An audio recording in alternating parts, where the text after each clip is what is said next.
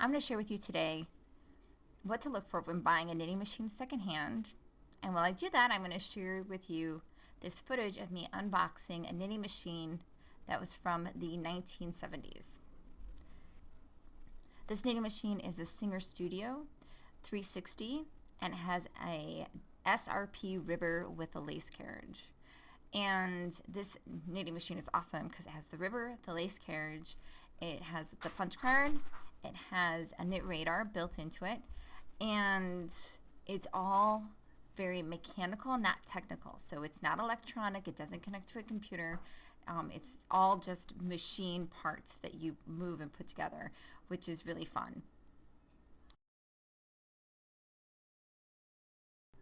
I'm going to share with you what it's like to buy a secondhand machine. Now you can go online and buy the LK150, which is a very simple flatbed machine that you can buy brand new on Amazon or wherever.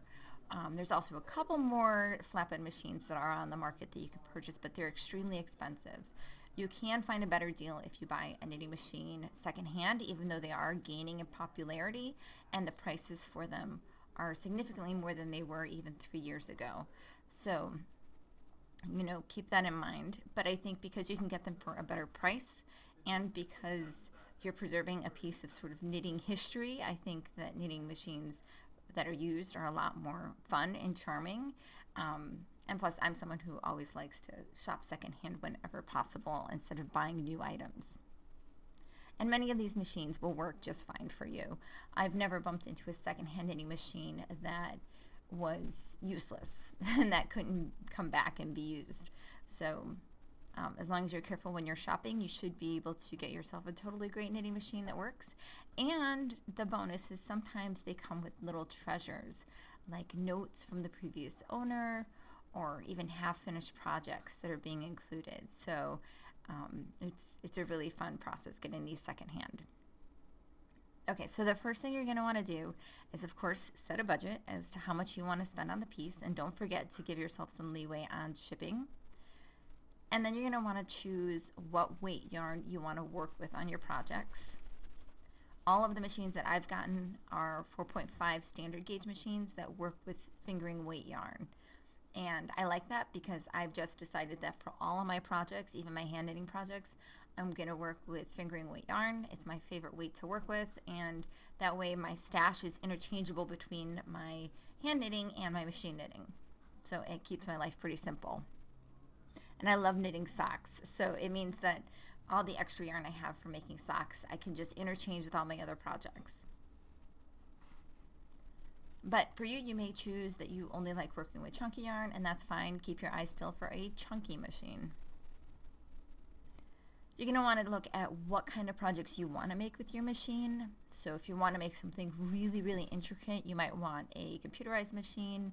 If you have hand dexterity challenges, I'd recommend one of the computerized machines because they tend to come with or have the ability to work with a lot of accessories that will minimize the amount of times you need to use the transfer tool or make tiny movements with the machine. So it actually will make knitting very accessible for people who are challenged with their hand dexterity.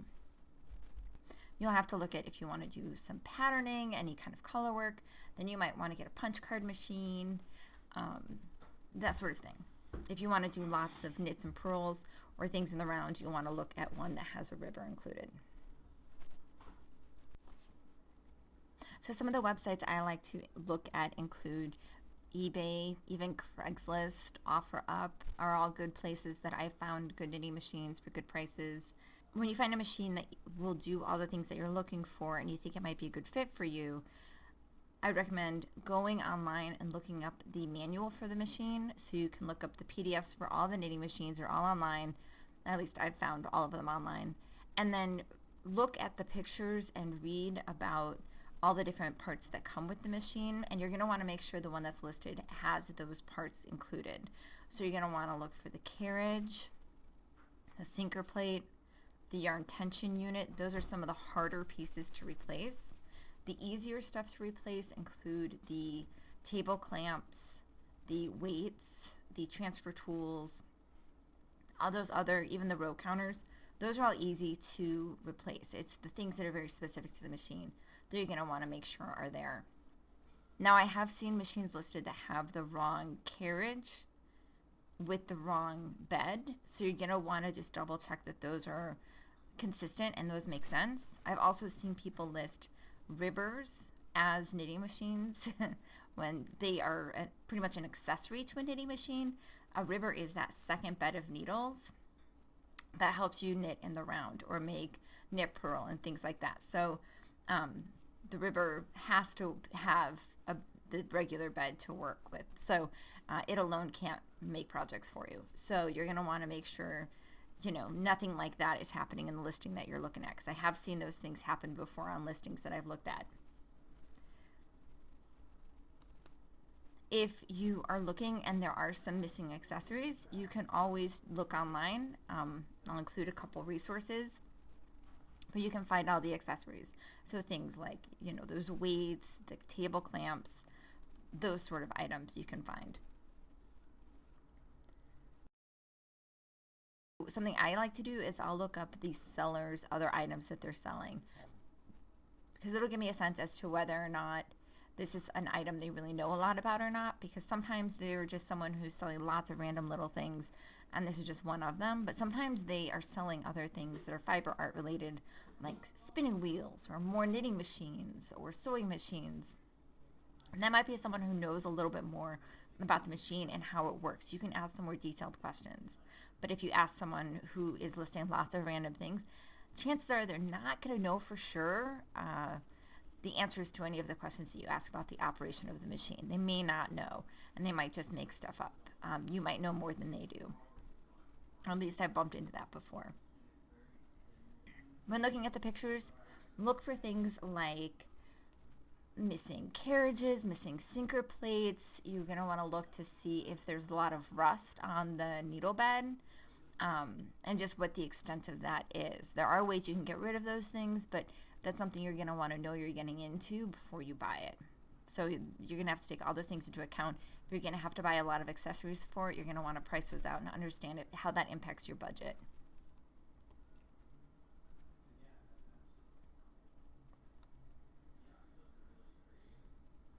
You'll want to check out the cost of shipping and where they're located. If you're able to pick up the machine, that is the best thing you can do. So even if it's like a 4-hour drive, I would consider that, especially if you're looking at a machine from like the 70s, 80s, or 90s, where the case of the machine is plastic, because I have not seen any. I've seen about 6 machines from those eras be shipped, and none of them were shipped without at least getting a tiny crack in that plastic case. So if you want it to be flawless or as close to what you see in the pictures as possible, it's best if you can go pick it up, even if it's a bit of a drive, because chances are it will get damaged in shipping.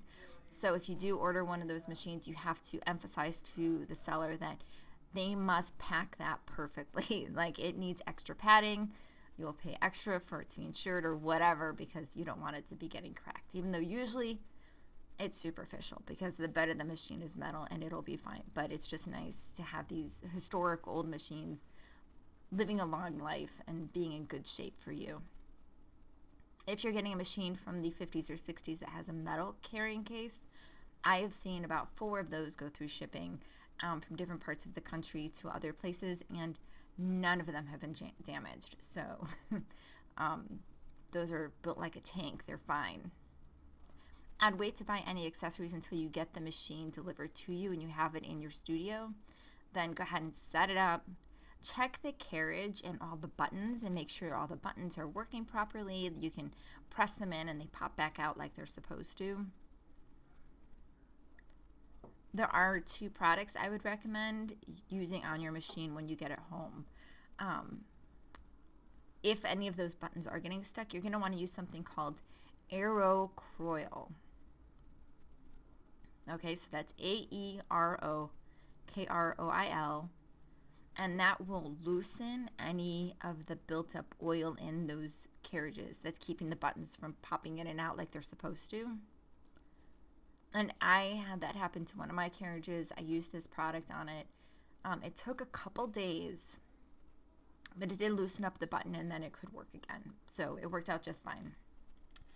So once you get those buttons all moving properly and you have the right carriage on and everything is moving.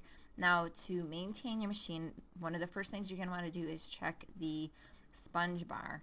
So you're going to want to pull that out of the side of the machine by the needle bed, and you're just going to want to check to see how fluffy that sponge is. It should be fluffy like a sponge. If it's really flat and it's lost all its puffiness, then that means it's going to need to be replaced. And there are plenty of tutorials online that will show you how to replace it. You can either buy a brand new sponge bar for your machine from one of those sites, or that sells all the other knitting machine parts, or there are ways you can use stuff from the hardware store to replace the sponge bar. And then you'll need to replace the sponge bar. You know, I check mine at least every 3 to 5 years to make sure it's still in good health. And so far, I've only had to replace my knitting machine sponge bar like once. So it's been fine. You'll also want to give your machine a good vacuum, or at least a good brushing, to get all the fluff off of it that is coming, all the fluff and the dust and everything that came with it from its previous owner. Because these pieces may have been sitting in storage for years. So, and then you're going to want to use an oil. You want to get the oil into all the little moving parts in the carriage, and then also along the heads of all the needles, okay? Not the little hooks where the yarn touches, but around the little butts of it. And I like the LPS greaseless lubricant. It's not supposed to gunk up and build up over time on your knitting machine. It's supposed to be, a little bit more fluid than that. And I've had a really great experience working with it. And I reapply the oil after pretty much every big project. I will redo the oil on the carriage, and I'll oil it up, and then I'll place it upside down and just let the oil sort of sit there and get into all the moving parts. Check and make sure all of the needles are in good working order. It's very easy to find replacement needles. I keep stashes of replacement needles for all my machines. I have 5, and I have just like plastic bags with the numbers of the machines with models they are, and then I have it full of different needles, so I can always replace the needles whenever I need to. I also, when I work on projects, I don't usually work at the very end of the bed, so when I do replace all the needles, I replace them all the way to the end of the bed, and that way if I'm in the middle of a project and I need to replace a needle, I can pull out that needle and replace it with the needle that's at the very edge of the bed. And so it kind of gives me this little leeway, not only for the carriage to sit, but also to sort of pull for getting some clean needles to replace, though they don't break that frequently, but sometimes they do. So knitting machines are mechanical. And so you kind of have to get into a rhythm with the machine. So when I break out one of my knitting machines, maybe I've had it in storage for a while, I'll oil it up, and I'll start doing a couple of rounds of just straight knitting on it to make sure all the needles are working properly and catching the yarn as they should. And to get back in the rhythm with that machine, every machine I have has a different preference for how I hold the carriage. I have one machine that wants me to kind of push it back towards the end of the machine when I move it across. I have one that wants me to push it more straight, one that wants me to pull it up a little bit as I push it. And all of these are very, very subtle changes, but they make a difference in how well the machines work. And you just have to kind of get into a groove with it. And I also find that they work best when you're using them every once in a while. When you trade them out, you switch out one machine for another machine, and you just sort of keep them in good working order. You've worked with them a few times. You're just keeping them, all the oil moving, all the parts going as they should, and then they'll be working well. It's a bit of a learning curve to get them going, that's for sure. But when you get started working with a knitting machine, you kind of get used to it and you start getting into a groove with it.